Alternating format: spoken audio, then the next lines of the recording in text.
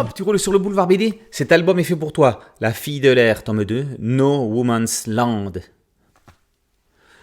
12 août 1915. Marie Marillac lit dans le journal que les Allemands tirent fort mal et fort bas et que les troupes françaises ne font même plus attention à leurs mitrailleuses. C'est ce qu'on appelle la méthode Coué. La situation est bien plus complexe sur le front. On peut même dire que c'est l'enfer. Infirmière et pilote d'aéroplane, Marie va se voir décerner la toute nouvelle croix de guerre. Son courage et son engagement ne plaisent pas à tout le monde. Comment ? Une femme pilote ? Elle se prend pour qui ? C'est inconcevable. La jeune femme compte bien prouver à ses détracteurs qu'elle mérite cette reconnaissance. Pascal Davoz raconte la guerre de 14 par le prisme de cette infirmière qui rêve de devenir une pilote reconnue par ses pairs.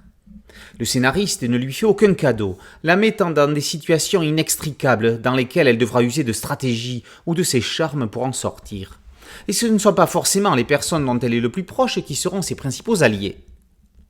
Davoz alterne scènes d'action et scènes plus intimistes. Si celle de l'agression de Marie par des soldats français peut se justifier, le dialogue suivant avec le mitrailleur allemand est plus improbable. Ça fait penser au passage pseudo-érotique qui était un incontournable dans les albums de la collection Vécu chez Glénat dans les années 80. Ça ne fait pas vraiment avancer le schmilblick. On peut passer plus vite à autre chose, surtout qu'ici il y a tant à raconter. Mais enfin, ne nous arrêtons pas à ce détail dans cette histoire où l'on suit le destin de cette fille qui n'a pas froid aux yeux, pour qui l'on vibre, pour qui l'on a peur et dont on a envie de savoir ce qui va lui arriver. Au dessin, Yves Plateau accorde de plus en plus de souplesse à ses personnages. Mais il faut dire que ce qui, paradoxalement, a le plus de vie dans ses planches, ce sont les avions. Les scènes aériennes sont impressionnantes.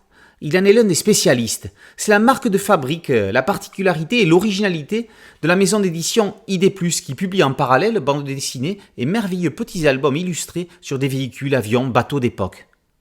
Aux couleurs, Max Baillot lorgne vers un sépia sans y être, parfait pour une ambiance réaliste datée dans le moment de l'histoire. Être une femme dans un monde exclusivement masculin était loin d'être une sinécure il y a un siècle de cela. Si tout n'est pas gagné de nos jours, imaginez la situation plus de 100 ans plus tôt. Misogynes, vexés, les militaires entre autres n'étaient pas prêts à accepter dans leur milieu des femmes ayant des compétences plus élevées que les leurs. Le courage et la bravoure de Marie leur donnent un sérieux coup de pied dans le derrière. La fille de l'air, tome 2, No Woman's Land par Davoz et Plateau est paru aux éditions ID+.